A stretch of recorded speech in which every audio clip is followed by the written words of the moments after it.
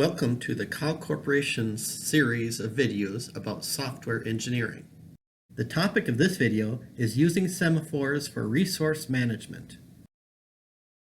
Before proceeding, make sure that you have already watched these other videos first. A limited number of resources might be shared among multiple threads.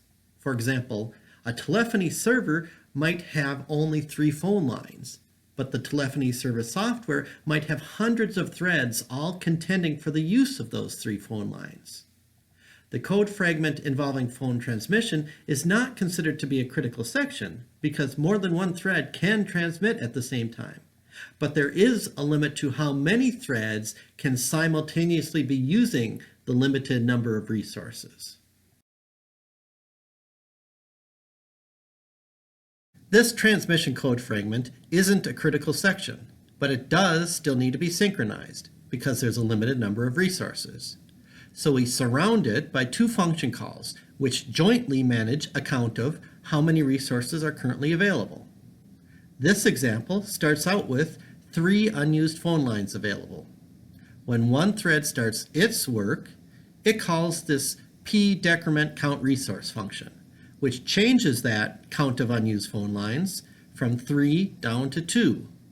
It then allows that thread to proceed, so the thread can start its phone line transmission work.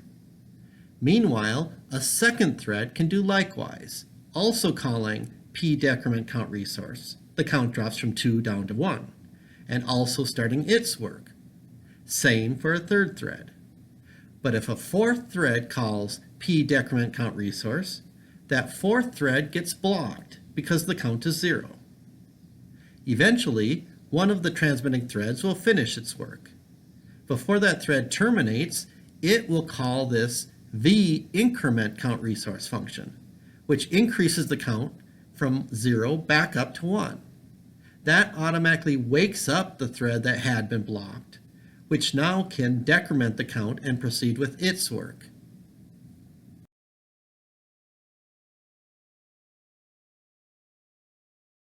In C++20, semaphores are implemented by the counting semaphore template. The p-decrement-count-resource function, which was sometimes just named p in other systems, was named acquire in C++20.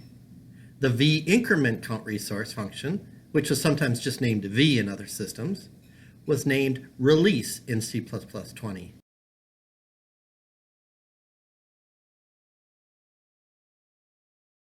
A binary semaphore is simply a semaphore which starts out with the number of available resources being only 1.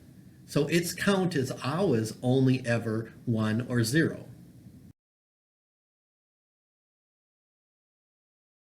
C++20's binary semaphore type is just a shortcut for the counting semaphore template having been specialized to 1.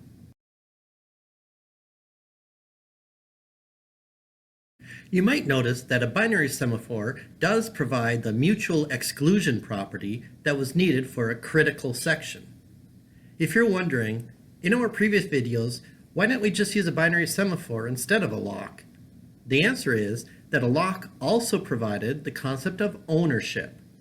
Only the owner thread, which had called the lock function, was allowed to call the unlock function. But any thread could call v-increment-count-resource no matter who had called p-decrement-count-resource.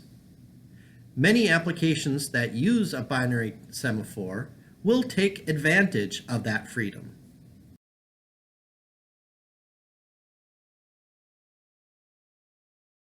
What if a thread tries to call v-increment-count-resource while a multi-threaded program has all of its resources still available?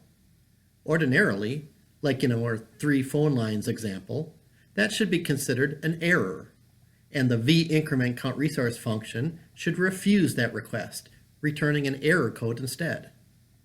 But some other applications might want to have a double blocking variation instead, where v-increment-count-resource would block the thread instead of returning an error code.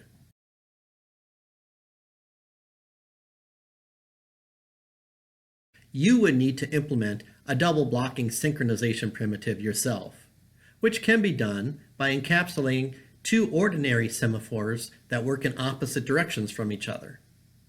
Applications that choose to use this double blocking variation usually also choose for it to be binary.